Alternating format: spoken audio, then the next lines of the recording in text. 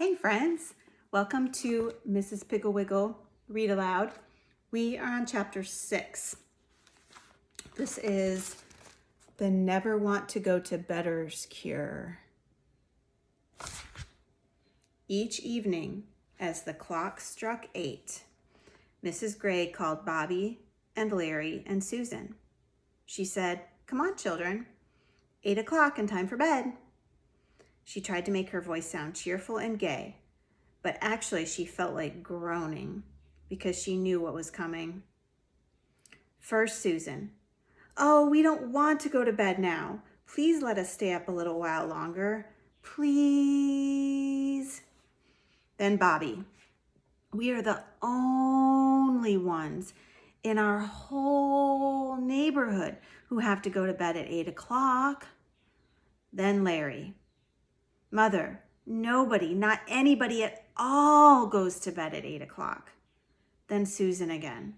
"But Mother, we have only just started this game."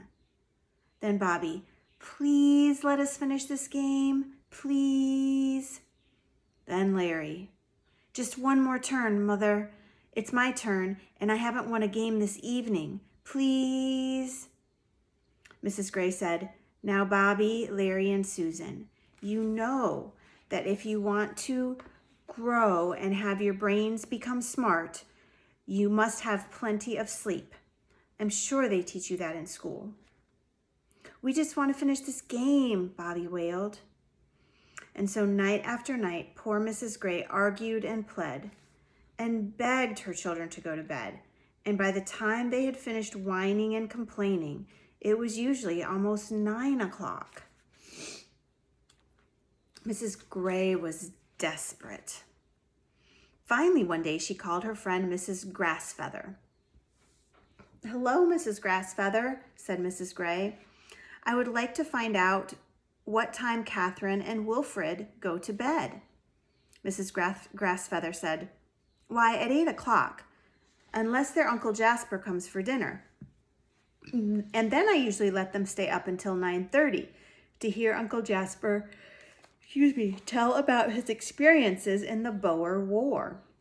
That is, of course, strictly Mr. Grassfeather's idea. He not only allows the children to stay up until 9:30, but he pays them money for listening to Uncle Jasper so that he can go to bed." Mrs. Gray said, "Do the children like to go to bed at 8 o'clock? Mrs. Grassfeather said, "Oh, yes, they are very good about it because they know that if they whine and complain, I will not let them stay up next time Uncle Jasper comes over, which is about 4 nights a week." Since the Grays had no Uncle Jasper, Mrs. Gray realized that Mrs. Grassfeather could be of no help, so she said goodbye and hung up the phone. Then she called Mrs. Gardenfield. "Hello, Mrs. Gardenfield. This is Mrs. Gray, and I called to see what time Worthington and Guinevere go to bed at night." Mrs. Gardenfield said, "Oh, they go to bed any time after Daddy comes home. You see, Mrs. Gray, Mr. Gardenfield gets home at 4:30.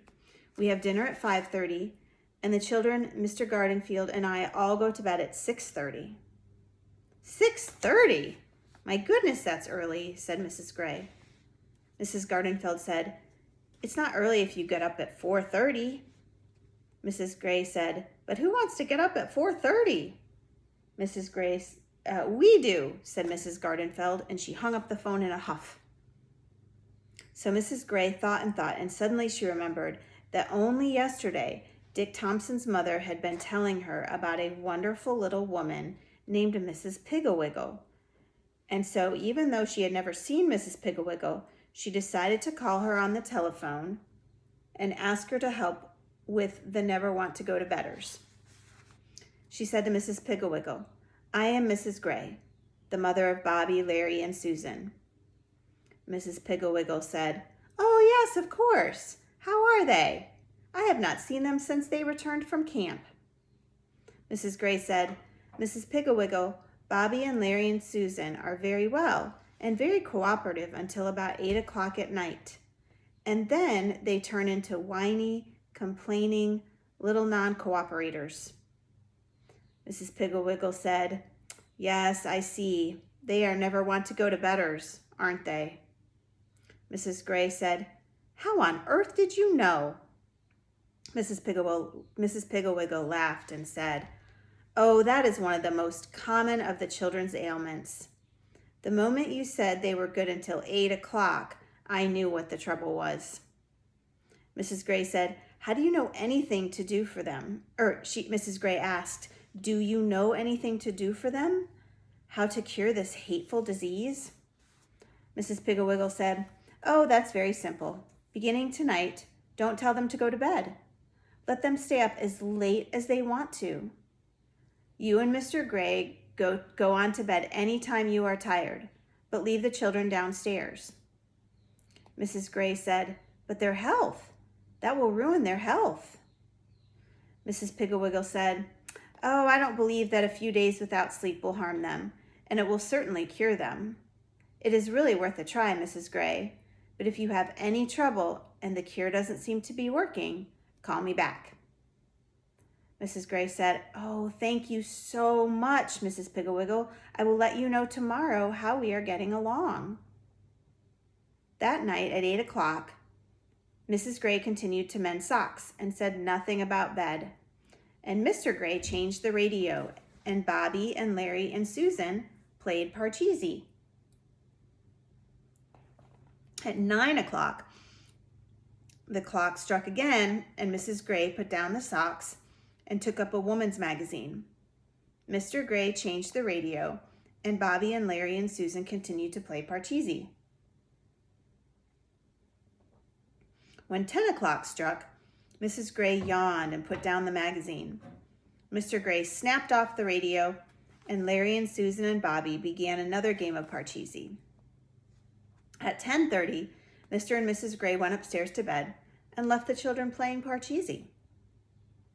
At 12 o'clock midnight, Mrs. Gray awoke and at first thought there were burglars in the house. Then she remembered the never want to go to bedders, so she tiptoed down the stairs, and there were Bobby and Larry and Susan still playing Parcheesi on the living room rug. The next morning, the children slept until 11:30. About 9 o'clock, Dick Thompson's mother stopped by to take them to the beach, but Mrs. Gray told her they were still asleep. When the children finally got up, they were grumpy.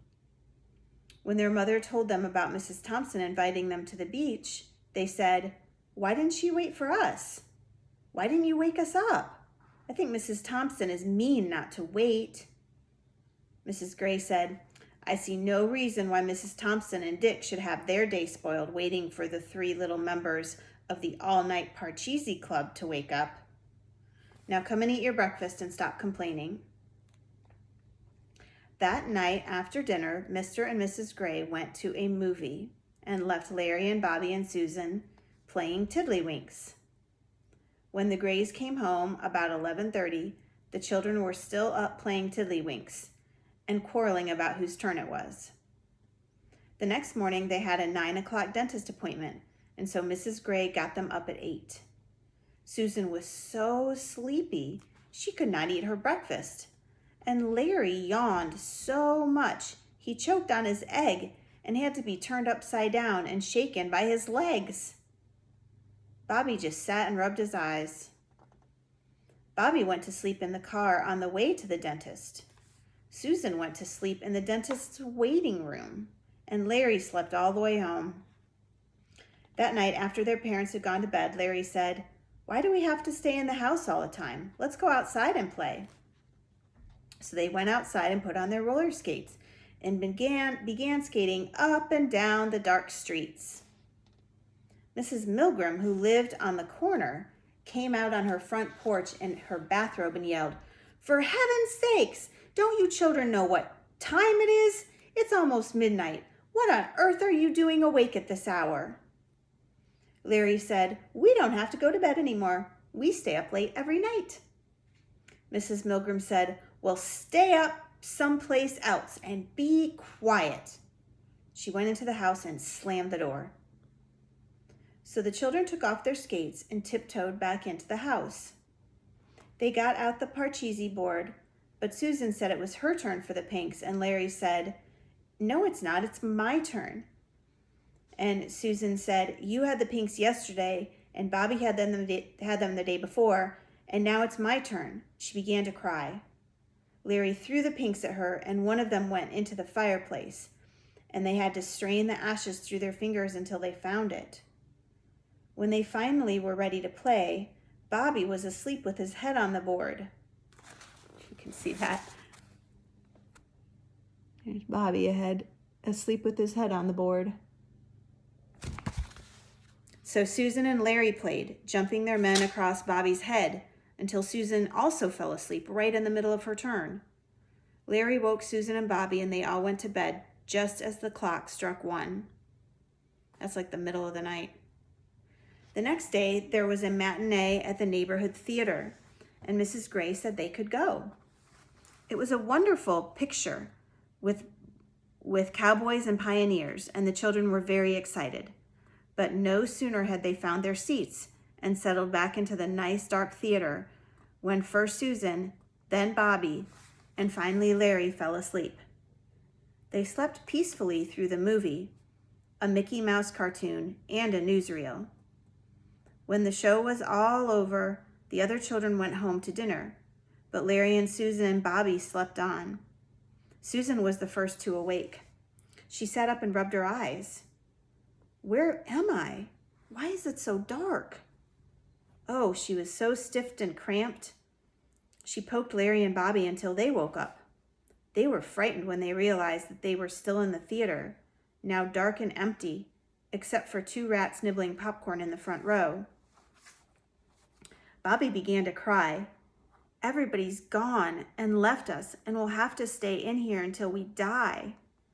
Larry said, "Oh, Bobby, don't be silly. All we have to do is walk out the door. Come on, everybody." They groped their way up the aisle to the door, but it was locked. They tried all the doors, but they were all locked. Bobby began to cry again. "I'm hungry and I want to go home," he wailed. And then Susan said, "I bet there's a way back, Larry. Let's look." "Oh, I bet there's a back way, Larry. Let's look." They felt their way back down the aisle again and climbed up on the stage. Then suddenly they heard the front door open. A flashlight's bold eye blinked in the darkness, and a voice said, "Hey, what's going on in here? What are you kids doing?" It was Mr. Murphy, the janitor. And the children were so glad to see him that they ran and clung to his legs and talked all at once. "Oh, Mr. Murphy, we were locked in. We must have fallen asleep in the picture. What time is it? Will you let us out?" Mr. Murphy laughed at them, let them out the front door, and drove them home. Mother and Daddy were in the living room playing bridge with the Andersons and seemed not at all surprised to see the children. Mrs. Gray said, "There's bread and milk on the kitchen table. Please put everything away when you finish," and went on with their game. So the children have to have bread and milk for dinner because they slept through dinner. The children were too tired to eat anything, so they went upstairs and flung themselves across their beds. After they had rested for a while, Larry suggested that they play burglar.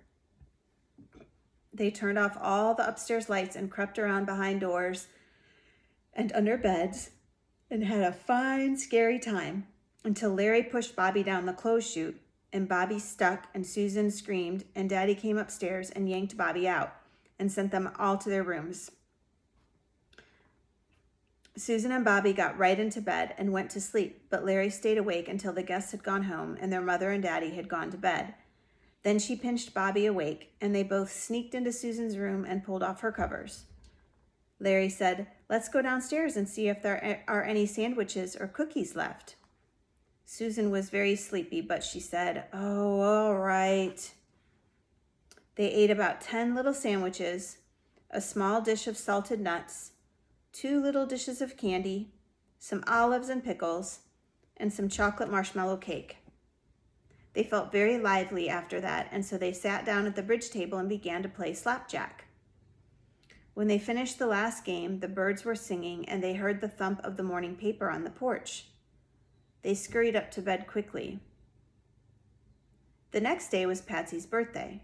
It was a wonderful party with a fish pond and a musician who did tricks and games and balloons and prizes for every child.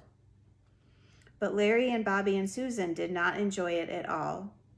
Susan had such big black circles under her eyes that Patsy's mother thought she was sick and would not let her have any refreshments. Bobby was so sleepy he fell asleep just as the magician pulled a rabbit from under his chair. And the magician thought Bobby was so rude, he gave the rabbit to Hubert Prentice. Larry fell asleep right at the table. He laid his cheek in his ice cream, closed his eyes, and dreamed he was in the North Pole. Patsy's mother called all the others to look at him, and he awoke very embarrassed. That night, when 8 o'clock came, Mr. and Mrs. Gray were working on the budget and not saying much, and Susan and Larry and Bobby were sitting on the couch, pinching each other to stay awake. At last the clock struck. Bong, bong, bong, bong, bong, bong, bong, bong. The children jumped up and rushed over to their mother and father and said, "It's 8 o'clock and time for bed. Please let us go to bed. Don't make us stay up anymore, please." Mrs. Gray said, "Why, I thought you enjoyed staying up late. I thought all the children in this neighborhood stayed up late." The children said, "Nobody has to stay up late but us. We just hate it. Can we go to bed, please?" Mrs. Gray said, "Very well, children. From now on, if you are good, I will let you go to bed at 8 o'clock every night." That's a good chapter. Sleep is really important. It's very important for your body to be healthy and your brain to be healthy.